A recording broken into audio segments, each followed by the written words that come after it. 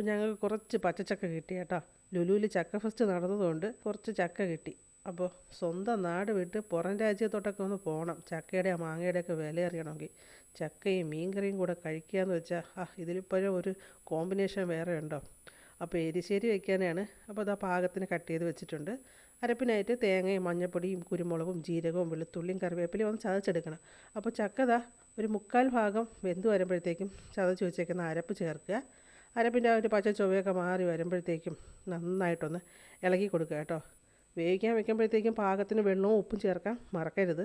എല്ലാവർക്കും ചക്ക എരിശ്ശേരിയൊക്കെ വെക്കാൻ അറിയാമല്ലോ, അതുകൊണ്ടാണ് കൂടുതൽ എക്സ്പ്ലെയിൻ ചെയ്യാത്തത്. പിന്നെ അതാ ഇച്ചിരി തേങ്ങയൊക്കെ മൂപ്പിച്ചിടണം. കടുക് വറുത്ത് അതിലിച്ചിരി തേങ്ങയൊക്കെ ഇട്ട് കുറച്ച് കറിവേപ്പിലയും കൂടെയൊക്കെ ചേർത്ത് നല്ലൊരു ഗോൾഡൻ കളറിൽ വറുത്തതും കൂടെ അങ്ങോട്ട് ചേർത്ത് കഴിഞ്ഞാൽ ചക്ക എരിശ്ശേരി റെഡി. ചോറിൻ്റെ കൂടെയും കഞ്ഞീൻ്റെ കൂടെയും ചക്ക മീൻകറി നല്ലൊരു കോമ്പിനേഷൻ അല്ലേ.